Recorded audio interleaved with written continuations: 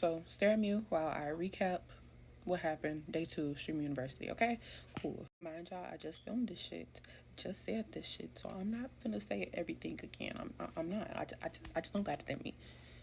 But true to messy bitch culture, I will give y'all all the tea that happened, all the main events, all the main events only. Okay, none of the minor details. Okay, none of that.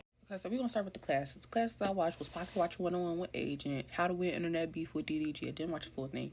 Love and Relationships with India Love. Out of the three, Agents was the best, taught me the most. India's was second because it also taught something that was very organized. Um, she was prepared for her class, had pens and pencils, notebook, paper for everybody. Okay, DDG ain't have shit. He ain't even have PowerPoint. He just stood there, and I think he basically just freestyled the whole class.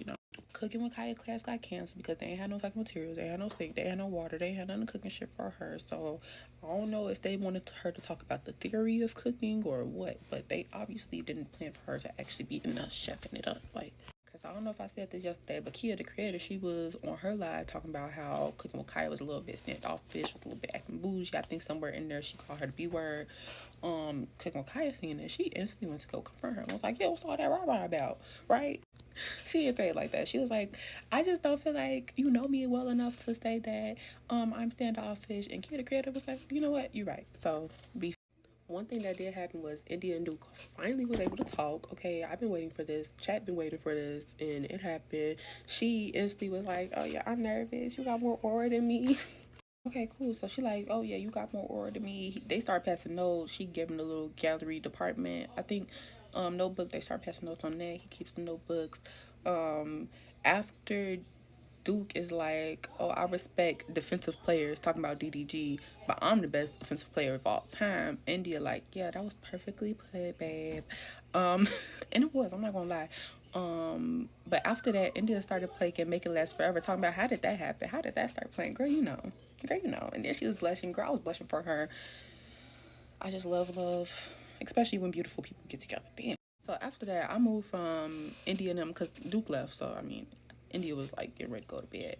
Or she wasn't getting ready to go to bed, but for me personally, my nose, yes, I just exited.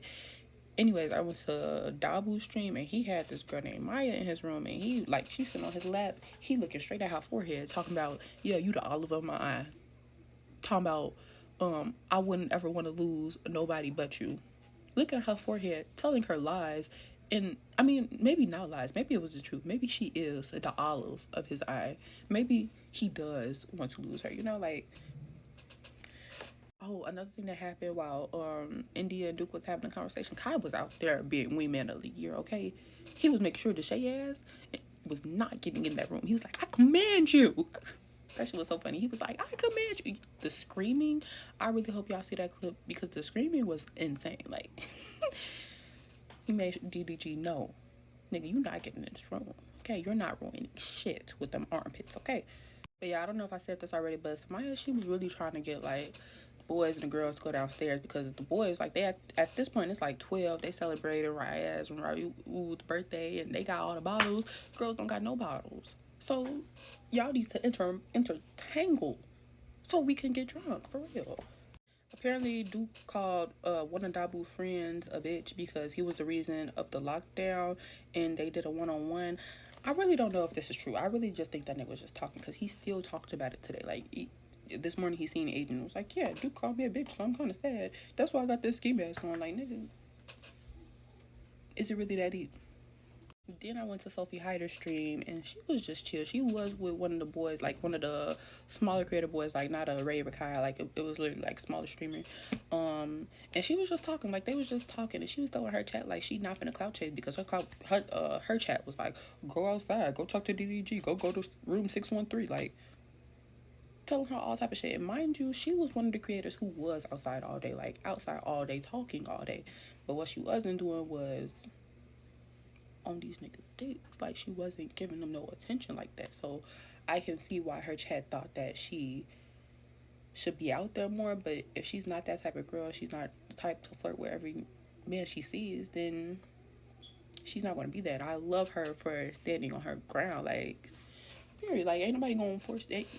Shouldn't nobody be able to force you to do something that you don't want to do. Like, even if it's your check. I don't give a fuck if they talk about, yeah, I give you 25 slips. I don't give a fuck.